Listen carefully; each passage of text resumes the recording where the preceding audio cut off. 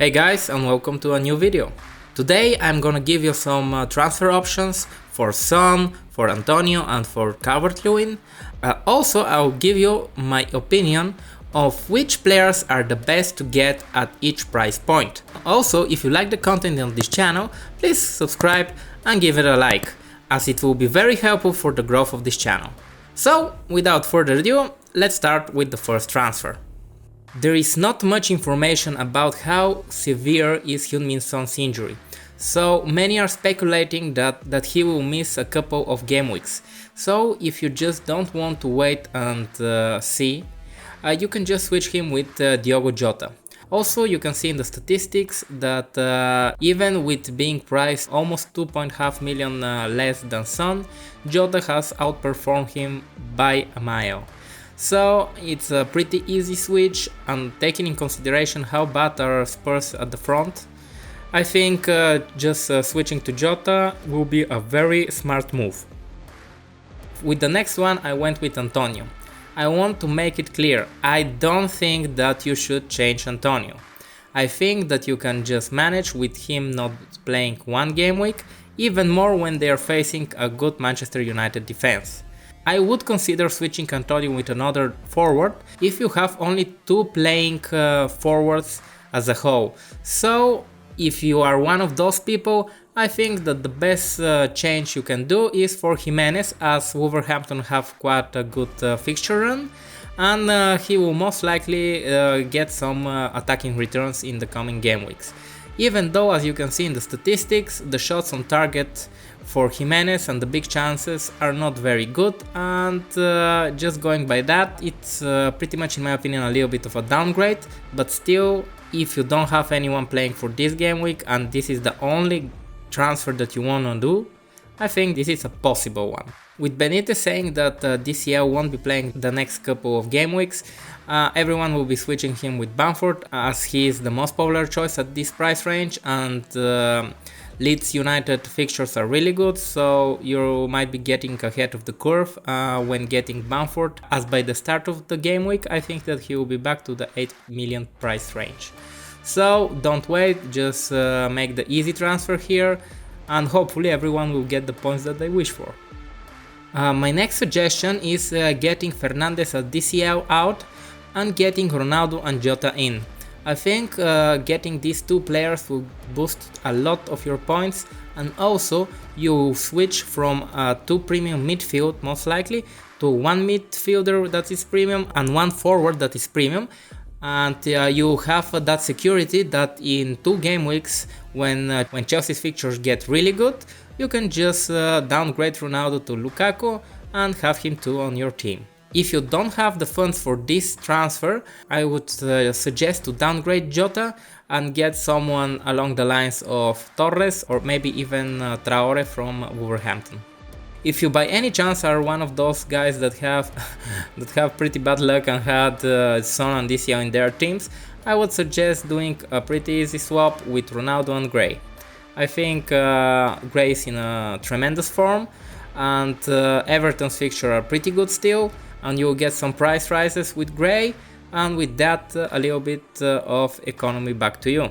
If Gray is too expensive for you, you can switch him with Gallagher from Crystal Palace, and if you still don't have the funds, you can just downgrade him for a 4.5 midfielder, as I think that having the flexibility at the front in the coming game weeks will be very important for your team.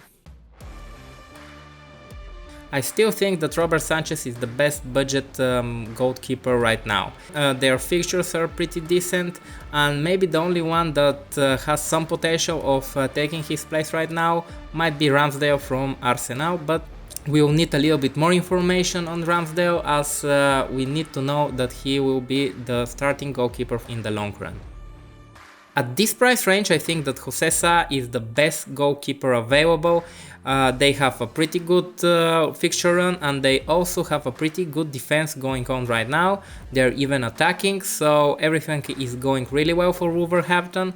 And as you can see, with almost 21 points expected for the next 5 game weeks, So if you want to put some extra money in your goalkeeper, I think that Jose Sa might be worth it. At this price range, I still think that Timo Livramento is the best player available. The only one that can take this place from Tino might be only Ben White if his price goes down to 4.3 million. Okay, so here is a little bit of a gamble for me. I would suggest going for Cody as he is much cheaper. But in the last match, Semedo was really attacking and it was really unlucky for him not getting any attacking returns. At the end of the day, it's all about the funds that you want to spend. For me, I would go to 4.5 million defender, but if you are more of a risk taker, I think that Semedo is a really good option. And as you can see from his expected assists and expected goals, he is pretty good in that regard, and his expected points in the next 5 game weeks are almost 20 points. And with this, he should be at the top of many managers' lists. Getting Lucas Dean right now is all about the fixtures that they have in the next 2 game weeks. I mean, having to play against Aston Villa and Norwich, those are pretty favorable fixtures, and in game week 7 you can just switch him with Reece James if you have the funds. Hopefully Everton will have a better showing in the next game weeks and getting some points in our teams. For the cheapest of the midfields, I went with Billy Gilmour. He's pretty much a bench fodder, and I don't think that you need to put any more money in your bench fodder as a matter of fact, so just get Gilmour and hopefully he'll get you the usual 2 points each game week. At this price range and with the fixtures that Leeds has, Rafinha was a very easy choice. I think that most managers will get him in the next couple of game weeks, as he is very attacking. Pretty much everything goes through Rafinha, and I think with that Leeds will start clicking again, and hopefully Rafinha will get the points that he deserves. As far as Jota goes, I think that he is nailed for the next couple of game weeks until Firmino is fully recovered, and it was just so unlucky this game week that he didn't get anything, even though he had so many shots, he had so many good passes towards Mane, but Mane just didn't finish those attacks in a really good way, and with that just wasting all the hard work that Salah and Jota did for him.